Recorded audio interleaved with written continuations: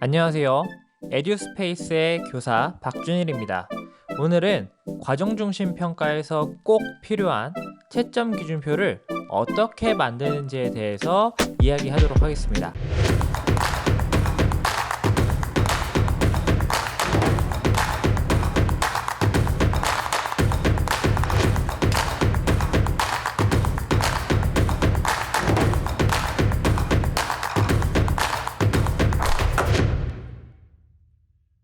루브릭이란 말은 본래 라틴어의 루브리카에서 왔습니다.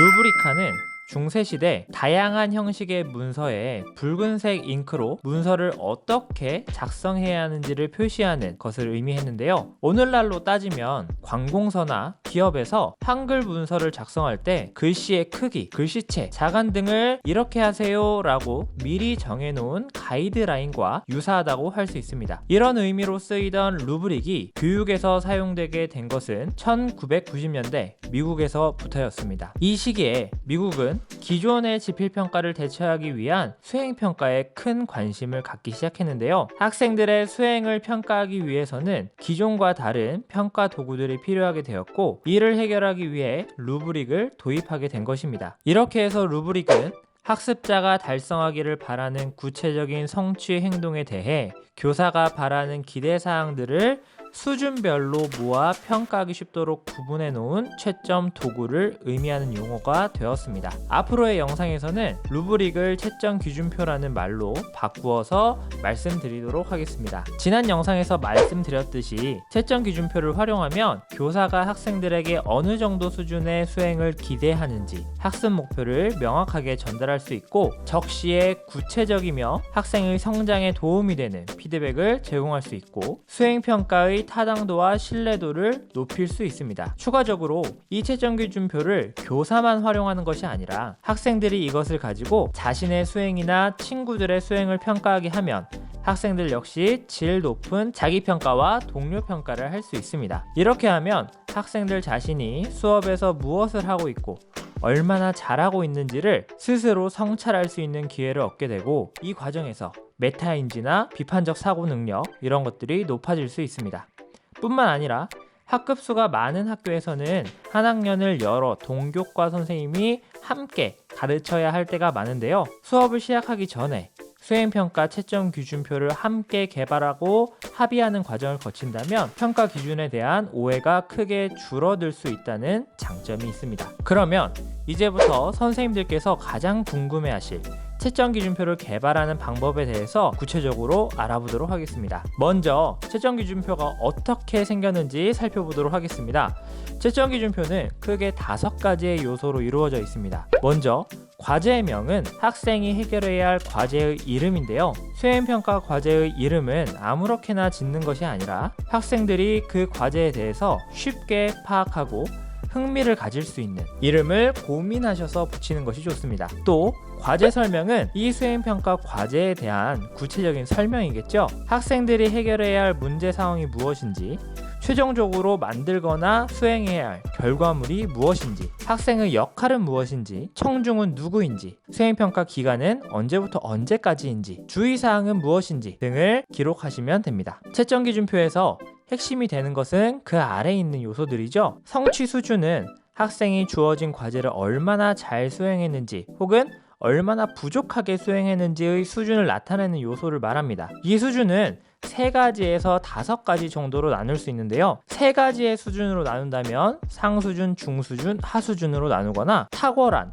능숙한, 노력이 더 필요한으로 나누거나 기준에 도달한, 기준에 근접한, 기준에 미달한으로 나눌 수 있습니다. 성취 수준을 너무 잘게 나눌수록 채점 기준표를 개발하고 이것을 가지고 학생들의 수행을 평가하는 것이 어렵습니다. 때문에 보통 학교에서는 3가지 또는 4가지의 수준으로 성취 수준을 나눕니다. 평가 요소는 과제를 구성하는 하위 요소들을 분석적으로 나눠 놓은 것이라고 할 수 있습니다. 예를 들어서 설명문 쓰기와 관련된 과제를 학생들이 수행해야 한다면 내용이 알기 쉽게 전달되었는지, 글의 구성이 자연스러운지, 출처를 명확히 표기했는지, 문법적 오류는 없는지처럼 선생님들께서 중요하게 생각하는 과제의 하위 요소들을 채점 기준표에 넣으시면 됩니다. 이렇게 하면 학생들에게 과제에서 어떤 요소들이 중요한 것인지 명확하게 전달할 수 있죠. 예를 들어서 설명문 쓰기에서 글씨체를 예쁘게 하는 것보다 더 중요한 것이 있다는 것을 학생들이 알게 될 겁니다. 끝으로 우리가 가장 긴 시간을 가지고 개발해야 하는 요소인데요. 각 평가 요소별로 해당 성취 수준이 어떤 질적 특징을 가지고 있는지를 구체적으로 설명하는 것입니다. 예를 들어 설명문 쓰기에서 내용이 알기 쉽게 전달되고 있는지에 대한 상 수준은 설명 대상을 자신의 말로 비유, 예시, 비교 대조 등을 활용해서 설명한다가 되겠고, 낮은 성취 수준, 즉 하 수준은 설명 대상을 자신의 말로 설명하는데 어려움을 느낀다 라고 특징을 기술할 수 있겠죠. 영상을 제작하면서 저는 채점 기준표를 어떤 과정으로 개발하는지 되돌아봤는데요. 저는 크게 5단계로 채점 기준표를 개발하고 있었습니다. 1단계에서는 학습 목표에 대해서 성찰을 합니다. 선생님 스스로 학생들이 달성해야 할 중요한 학습 목표는 무엇이고, 학습 목표가 학생들에게 정말 중요한 것인지, 학생들이 학습 목표를 달성하기 위해서 반드시 알아야 하거나 길러야 하는 지식, 기능, 태도, 역량은 무엇인지, 학생들이 학습 목표를 달성할 수 있는 수행 과제는 무엇인지를 질문하고 생각해 보는 것입니다. 이때 교육과정 문서나 교과서를 참고하고 학생들이 배워야 할 학습 목표나 이와 관련된 지식, 기능, 태도, 역량 등을 마인드맵과 같은 도구를 활용해서 쭉 작성하는 과정을 거치면 어렵지 않게 1단계를 할 수 있습니다. 2단계에서는 앞에서 선정한 과제를 구체적으로 뜯어봅니다. 학생들이 수행 과정을 완성하기까지 어떤 과정을 거쳐야 하고, 수행 과제가 어떤 합의 요소로 나뉘어지는지, 이 요소들이 학습 목표와 관련해서 정말 중요한 것인지 를 생각해 보는 것입니다. 이렇게 수행 과제를 분석하다 보면 수업에서 선생님께서 학생들에게 어떤 강의를 제공해야 하고, 학생들이 어떻게 활동을 해야 하는지, 학생들에게 비계는 어떻게 제공해 주실 것인지, 이런 것들이 자연스럽게 정해집니다. 3단계에서는 모범적인 결과물을 분석합니다. 모범적인 결과물이라는 것은 전년도 학생들의 결과물이나 실제 전문가들의 결과물을 의미합니다. 학생들이 최종 결과물로 설명문을 써야 한다면 전년도에 선생님께서 가르친 학생들의 결과물이나 수능 비문학 문제로 출제된 전문가들의 설명문을 가져와서 분석할 수 있겠죠. 그냥 채점 기준표를 개발하지 않고 모범적인 결과물을 먼저 분석하는 이유는 무엇일까요? 채점 기준표를 만드는 목적은 학생들의 수행 수준을 타당도, 신뢰도 있게 평가하고 학생들에게 도움이 되는 피드백을 제공하는 것입니다. 채점 기준표의 본래 목적을 달성하기 위해서는 각 성취 수준별 특징들을 구체적으로 기술할 필요가 있는데요. 모범적인 결과물과 최악의 결과물을 수집해서 왜 이 결과물이 모범적인 결과물이 됐고 왜 이 결과물이 최악의 결과물이 되었는지 특징들을 찾아보신다면 각 성취 수준별 특징들을 구체적으로 기술하실 수 있을 겁니다. 또한 이렇게 수집한 결과물들을 학생들에게 보여주시고 직접 채점 기준표로 평가해보게 한다면 학생들이 만드는 결과물의 수준을 눈에 띄게 높일 수 있습니다. 드디어 4단계에서 평가 요소별 성취 수준을 작성합니다. 지난 영상에서도 보여드렸던 제가 작년에 활용한 채점 기준표 중 하나인데요. 평가 요소별 성취 수준을 작성한다는 것은 바로 이 부분을 작성한다는 것입니다. 1에서 3단계에서 성찰하시고 분석하신 내용을 바탕으로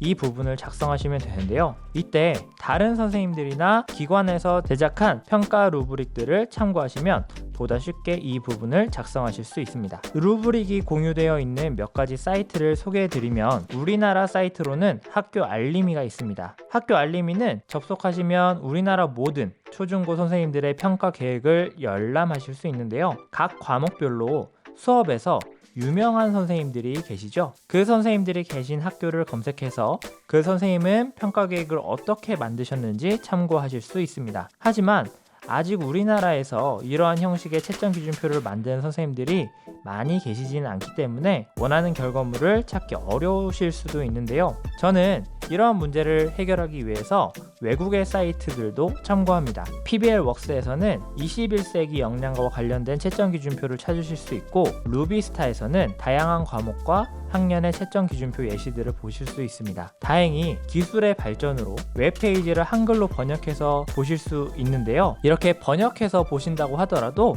충분히 참고하실 만합니다. 이 외에도 이 영상의 설명란에 제가 올해 1학기 수업에서 사용할 평가 계획의 초안을 올리도록 하겠습니다. 선생님들께 도움이 되셨으면 좋겠네요. 한 번에 완벽한 채점 기준표를 만들 수는 없습니다.